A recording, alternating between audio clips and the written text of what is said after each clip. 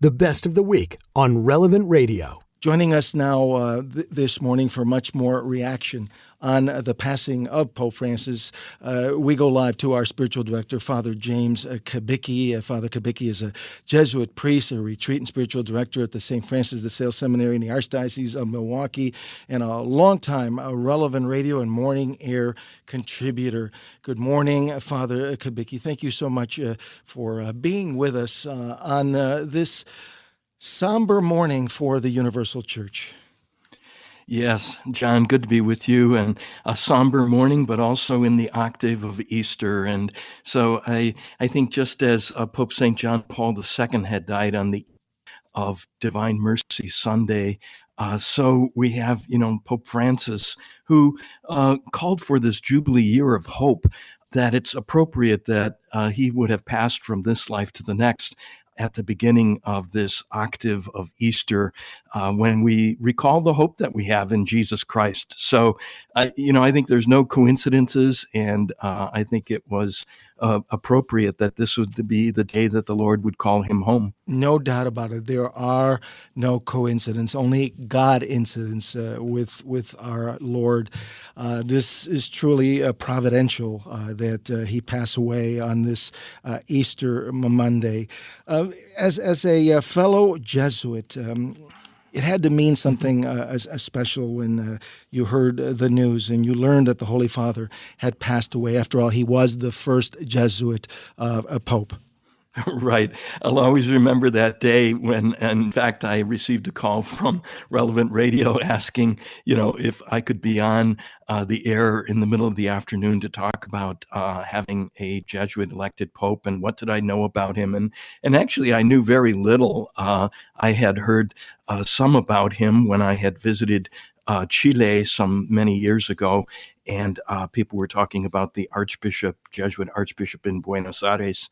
But it just seems like bookends now that we'd be talking both at the beginning of his pontificate and now at the end. And it really was a shock when he was elected Pope. I, had never expected that a Jesuit would ever be elected Pope, but he was. And I think at the time I thought, well, he had given a speech to the conclave that elected him, and it was just a very brief speech. This is March 9th, 2013. And he talked about what he saw the need for the church and what kind of man should be elected Pope. And in that, he said, thinking of the next Pope, he said, I think it should be a man who, through the contemplation of Jesus Christ and the adoration of Jesus Christ, may help the church to go out from itself toward the peripheries, the frontiers. And in other words, it was very much, I think, this Jesuit notion of missionary work, of going out beyond itself and going out to people who are most in need. That's always been my impression of being a Jesuit, is that we are called to respond to the needs of the church in different places, especially where people are being most forgotten or neglected. And I think that was kind of the spirit of Pope Francis, very much this desire to contemplate Jesus Christ. Being a Jesuit, he was formed in the spiritual exercises of St. Ignatius, much of which invite the person making the retreat to focus on the life of Jesus, to enter into the scenes, and not just to think about Jesus, but to, as it were, interact with Jesus in a very personal way. And so I think Pope Francis, coming out of that Jesuit tradition of keeping Jesus as the focus and then going out with Jesus into the world, that I think very much sums up what Pope Francis tried to do in the years that he was Pope. And Father Kubicki, his pontificate was historic right from the get-go. He obviously was elected in 2013 after the resignation of Pope Benedict XVI, which was truly shocking at the time. Right from the beginning, it was a historic time for the Church.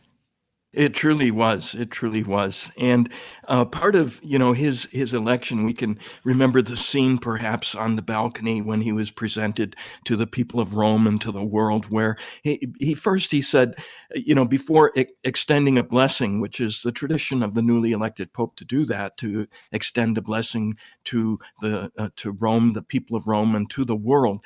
But before doing so, it was as though he said, and I'm going to need your prayers to do this. And so he asked the people to pray for him first before he blessed the people. And I think that was very much, again, part of his humility, that he often asked people to pray for him, that he was carrying quite a cross, and he needed the prayers of the people of God to help him carry that cross of being the Bishop of Rome, the leader of the Roman Catholic Church and of all the Catholic churches. And so, again, another thing that stands out in my mind is how he began with this sense of humility, paying his own bill in the place where the cardinals assembled to elect the Pope, and then first going to the Basilica of St. Mary Major. And, that's another thing that I would say, John, about his pontificate, is this deep love that he had for our Blessed Mother. And he went, before every trip he took, he would go to that same basilica to pray before the image of Our Lady, the protectress of the Roman people.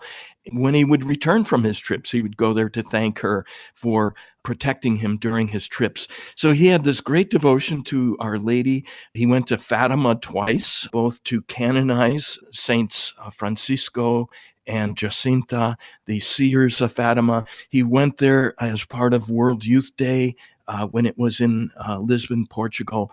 And this deep devotion to our Blessed Mother, again, is something that I think he shared very much with the founder of the Jesuits, St. Ignatius Loyola.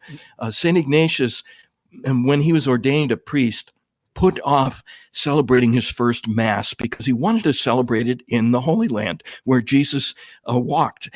But he was not able to do that. And eventually he said, well, the closest I can get to the Holy Land is to go to the Basilica of St. Mary Major, where there is a relic of the manger where Jesus was placed after he was born. And so it was there that St. Ignatius celebrated his first Mass. It was there that Pope Francis often went and asked for Our Lady's help. And it's there that Pope Francis has asked to be buried in the Basilica of St. Mary Major. Only fitting with the love that he had for our Blessed Mother.